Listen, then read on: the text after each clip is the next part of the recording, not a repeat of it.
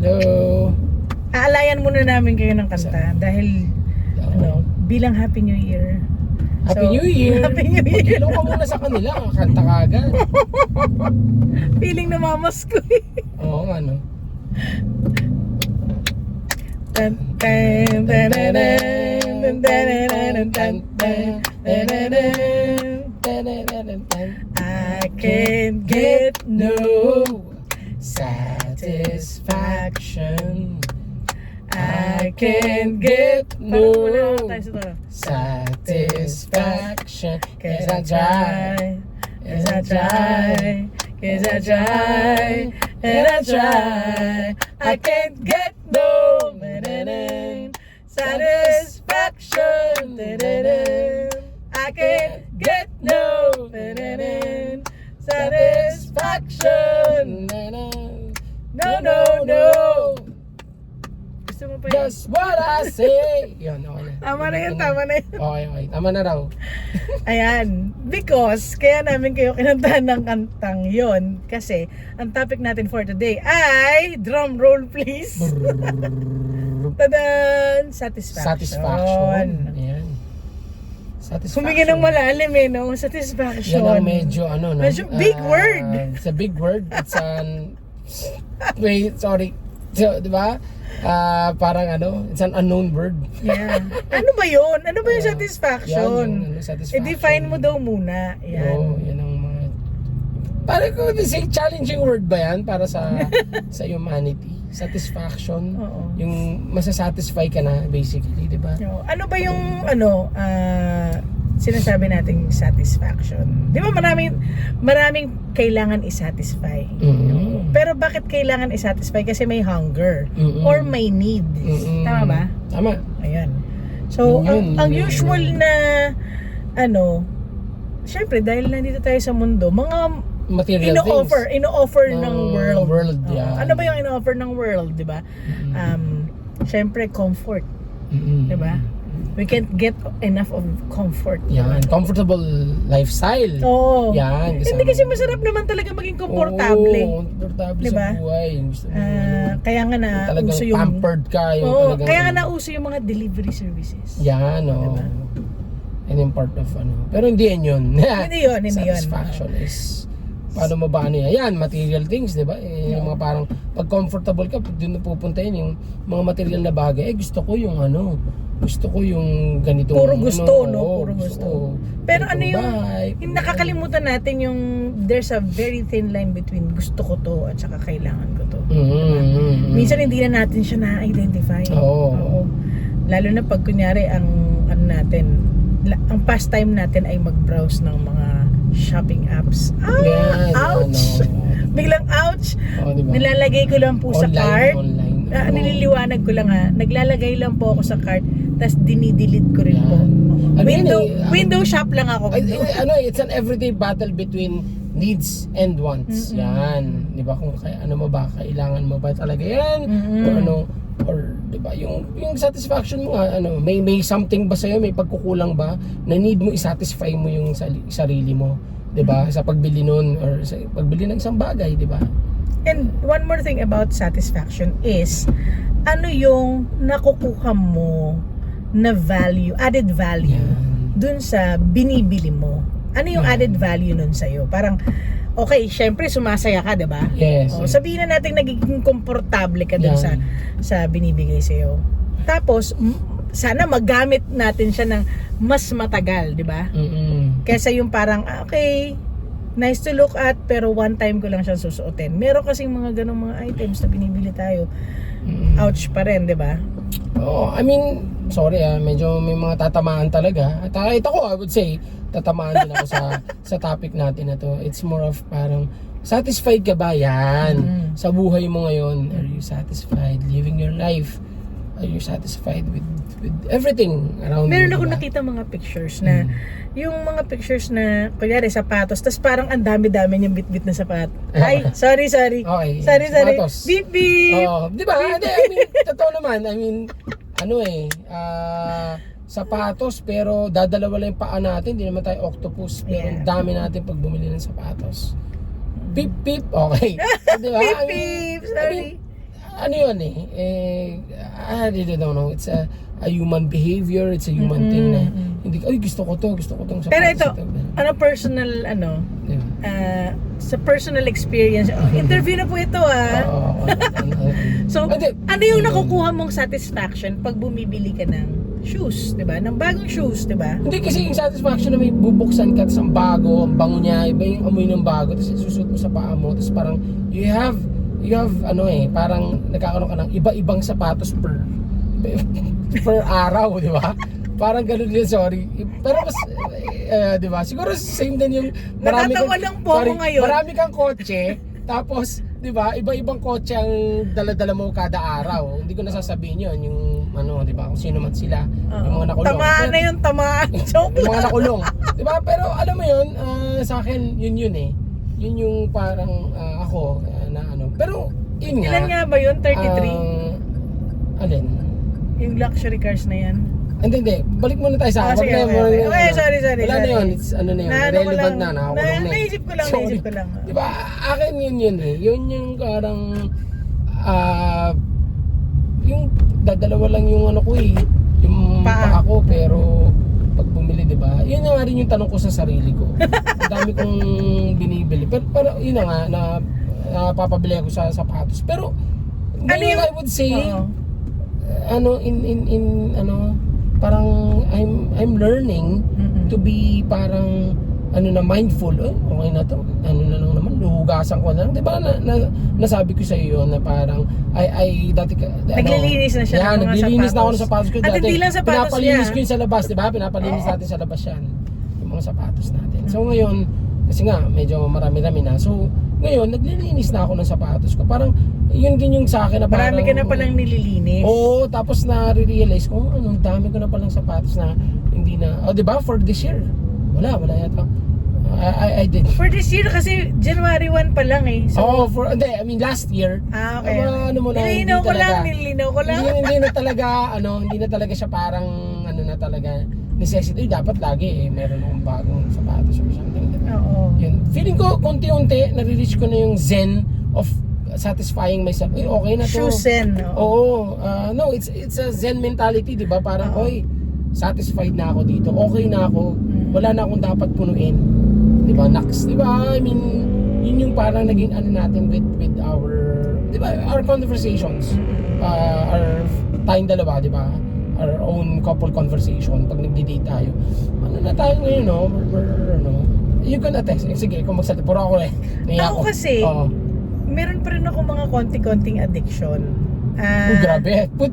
Addiction ba talaga yan? Okay, Hindi siya addiction. Okay, sige. Okay. Kasi, pag nagsisale, addiction ko sale kasi, pag kunyari, buy one, take one, o kaya parang buy one, 50 off yung next, ganon. Parang gusto ko kasing bumili, lalo na kunyari, sabon na talagang ginagamit natin, or any product na talagang kailangan natin on a regular basis. Ginagawa ko na nagtitipid, pero pag nagsisale yun, napapagastos ako. It's not to satisfy anything, but hopefully makatipid ako kasi merong sale on that sige. part. Pero may may sagot ako dyan. Sige. Kasi, di ba, sinabi ko sa'yo, I've been watching the minimalist mindset. Oo nga, diba? ako rin di ba? So sabi ko, sa nasabi niya doon, ang ganda ng point niya doon sa minimalist mindset na podcast, yung sale na yan, kung hindi mo naman bibilin yan, as in totally, wala kang gagastusin. Tama. Di ba? Yun yes, nag-sale, pero gumastos ka pa din. Tama? Kung hindi ka bibili, kasi hindi mo naman siya kailangan. Meron pa naman ako sa bahay, ganito, ganyan. Nag-sale yung ganito. Pero kung wala kang bibilin, hindi ka nabudol kasi kahit kapirasong pera, wala kang binigay sa kanila. Tama? Yun yung sabi ko nga I mean, if you don't buy it, or kahit wala kang na hindi mo sila bibili, hindi mo sila entertain, yung mga sale na yan, hindi Hindi ka mapapagastos. hindi ka mapapagastos. Kasi kahit sale yan, 50% off, pero gumastos ka pa rin. Tama? It's a matter 5,000 to 5, kunwari, 50% off. Mapipilitan ka parang pag naka Exactly. 2,000 ka or naka 3,000 ka, makukuha mo to for free or makukuha mo to ng 50 off, ganun. So, ipupush ka nila sa limit mo ng maximum ng kung paano ka gumastos, di ba? Yes. So, Nawala sa budget. Nawala sa budget, di ba? Gumagastos ka pa din. Mm. So, yun yung ano, di ba? Yun yung sa akin, yun yung parang ano nun, take ko dun sa ano na yan, sa sales. Tama naman, oo. Tama diba? naman. Again, yun nga eh. There's something na you need to satisfy in the form of ano, sale naman to.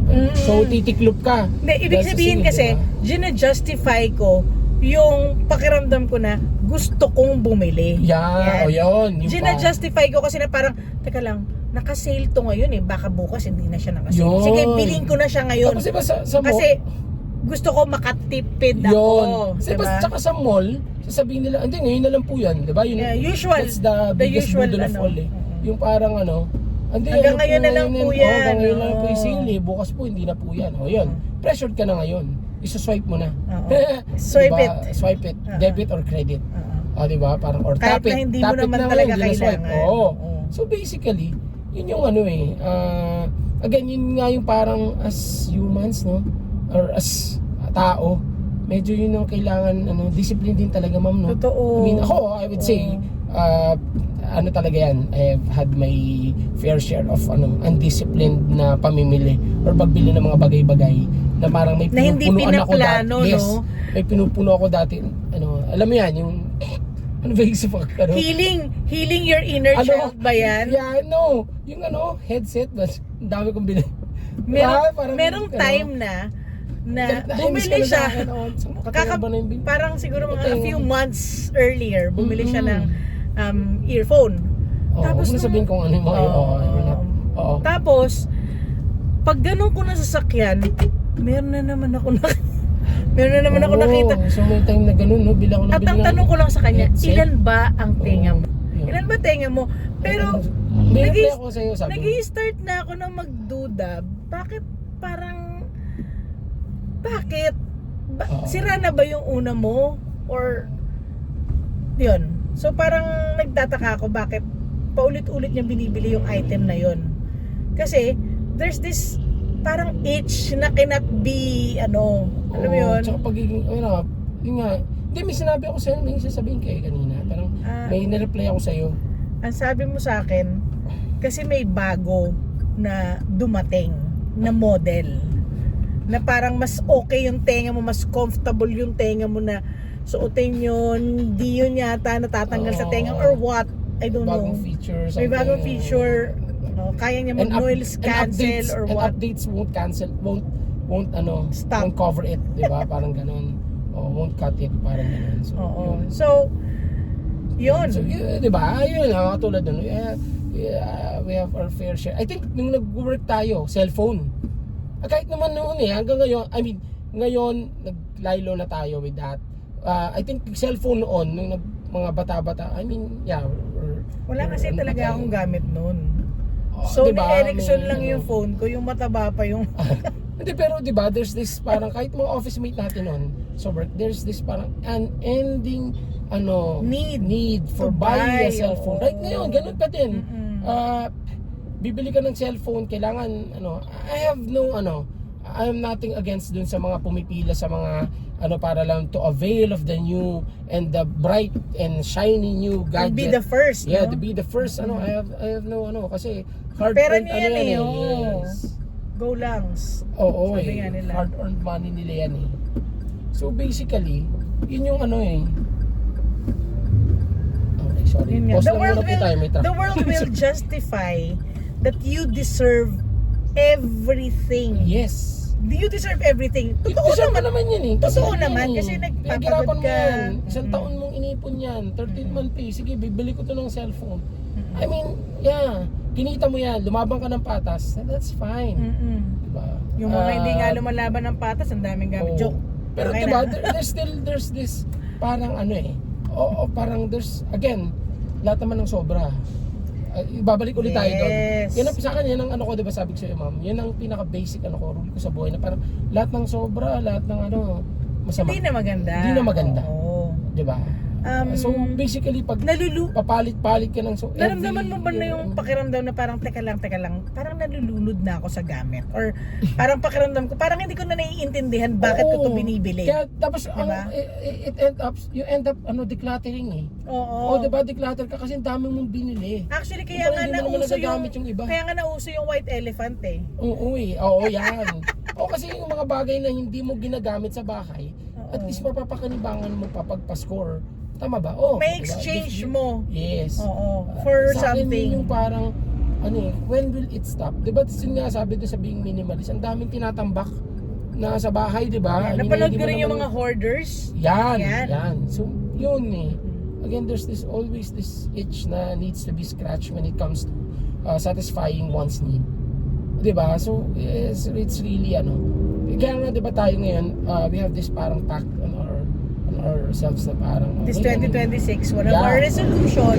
Nagsimula na tayo paunti-unti, di ba? Last year 2020. Last year, hindi na tayo ganun talaga na to buy new stuff unless need talaga. Tama, kailangan talaga natin. Butas right? na, Oo, or talaga, sirang-sira wasak na. Oo, di ba? So, yun yung yun yung natin. That's our what do you call this? Plan or goal. Diba? Goal for 2026 and beyond. Siguro itakal din natin yung tungkol sa satisfaction. I think pag nag-hoard ka or parang pull ka ng mga material things towards you, it means like may pinupuno ka na empty. It must be something na parang gusto mo siyang ma-resolve with things lang. Yes. Maaring affection to, maaring hanapin mo si Lord, alam mo yun, maaring hanapin mo yung time mo para sa sarili mo, maaring kulang ka sa mga taong kumakausap sa'yo. Things can be resolved not just by material stuff, but it can be resolved by the people around you. Connection, real connection, di ba? Diba, ayun na nga, kaya nga parang sa atin natutuwa ako sa natin, that really pagbubuhat ng bangko kasi it's all part naman ng decision natin. We don't buy we had naman kids, our share of we don't, dati kasi diba bumibili tayo ng stuff, we don't buy our kids anymore new gadgets, diba, new and shiny ones. Yung mga gadgets nila 4 years ago pa yan. So, at kailangan nila yon sa pag-aaral. Hindi every year. So ngayon lahat tayo ng ginagawa natin hand-me-downs. So siya na lang ang bumibili, tapos ako talaga yun. Trickle down na lang sa amin. Hindi kasi kailangan niya sa work. Let me just clear things out. Kailangan mo yun sa work. Bumawi ako. Kailangan mo yun sa work. Kailangan mo yun sa work kasi inaaral mo yung mga apps, inaaral mo yung kung paano yung haptics and all. Hindi ko alam kung ano yung mga inaaral mo pa. Pero kung ano man yung kung ano man yung latest or medyo latest, yun yung napupunta sa kanya. Tapos nag-trickle down lang sa akin at tapos sa mga kids. Pero yung youngest namin, hindi pa namin binibigyan ng cellphone. Walang cellphone yan. No cellphone. Tablet lang kailangan niya. Because kailangan niya sa learning. Learning, homeschool kasi siya. So yun yung namin. Well, our eldest is 18. Adult so may na siya. May phone siya, may tablet siya. Pero may laptop. Ako, yung laptop na ginagamit ko sa second hand na binili natin, di ba? So, and then I bought that. Tapos yung binili ko, binigay ko sa iyo, tama? So, yun yung ganun. Kami sinimulan namin to this year lang, di ba? Noong 2025. So, parang plan namin is long-term goal talaga na maging ganun. In a way, parang frugality. And then have it parang parang ang goal namin is basically na namin, yung satisfaction kasi pwede mo naman ma-quench yan talaga. So, mo lang talaga, i-focus mo lang yung sarili mo sa mga bagay na magpapa-quench ng thirst mo ng mas ang tawag nito, hindi yung panandalian lang. Yes. Yan. Mas lasting yung effect. Dahil ngayon, di ba, our goal natin talaga is to travel. So, yun yung make memories, di ba? Kasi, well, mag-i-stay yan eh. Sabi kasi yung mga bagay na mga gamit, mabubulok. Di ba? So, basically, yun yung nun. In fairness, naghinay-hinay siya sa lubak. Oo. So, yun yung Again, yun nga may imbak lang yan sa bahay, masisira, di ba? Pero at least yung memories, madadala mo until the end of time, di ba? So, yun nga, yung satisfaction talaga. Di ba, iano ko lang itatabit ko lang. Kaya di ba naman, yung mga, yung mga news ngayon, yung mga contractor, etc., di ba?